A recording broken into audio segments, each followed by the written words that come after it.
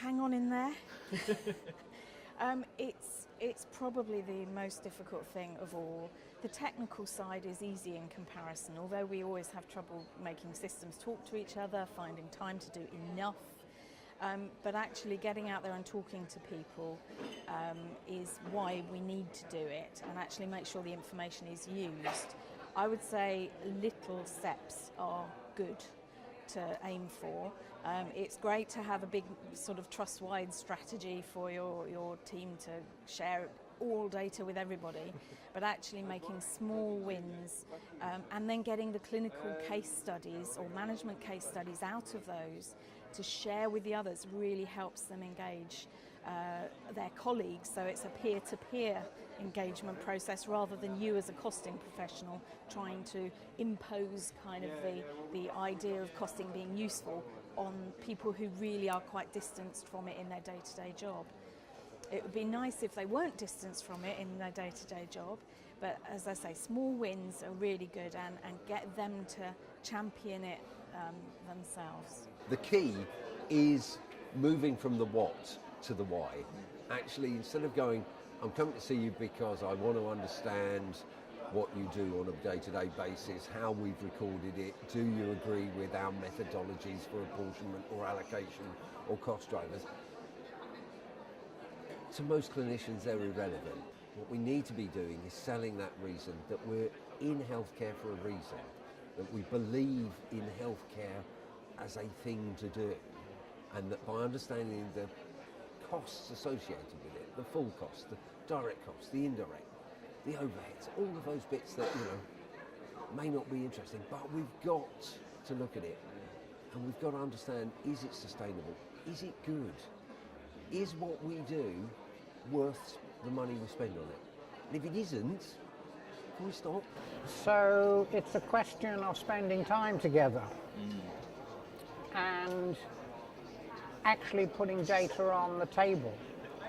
It's a question of discussing it with the clinicians and saying, in a way, how can we help each other? We both have the same goal. There's only so much money on the table. How do we use that money to do the best for our patients? How is it best spent? And how do we make sure we're not using money badly? Where is the waste? What changes could we make to make more for every pound that we've got?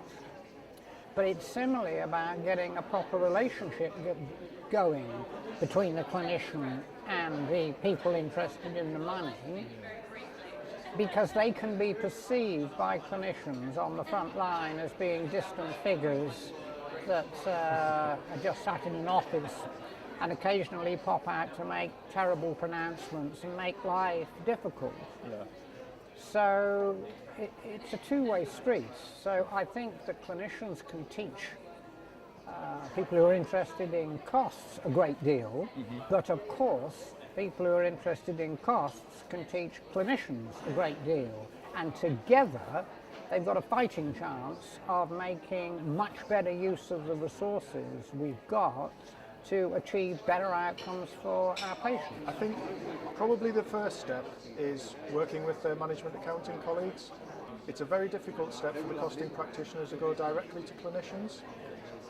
They don't tend to have those opportunities to meet clinicians on a daily basis. Your finance business partners, your divisional finance managers, they're meeting and living and breathing what's going on in their clinical areas.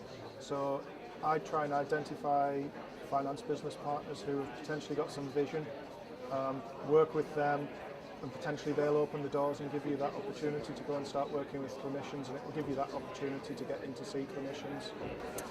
Well, the first thing is learn to speak the language. We've just had a conversation about what do you bring to a clinician. Well, clinicians do like a gift, whether it's a gift of data or it's a gift of aid or it's questioning how you can share expertise. Now, clinicians are actually very good at asking for an expert opinion, but we forget that the finance teams have got expert opinions. You know, we just don't see it in that way. And we have traditionally seen finance teams as the enemy. Well, finance teams need to get out of the office and go and make friends. That's the first thing to do. Just go and make friends. Bribing with post-it notes is allowed, but just go and make friends. If you've got a new consultant, go and meet them. If you've got registrars, go and say hello to them because they're your future consultants. It is that whole thing of just go out and make friends.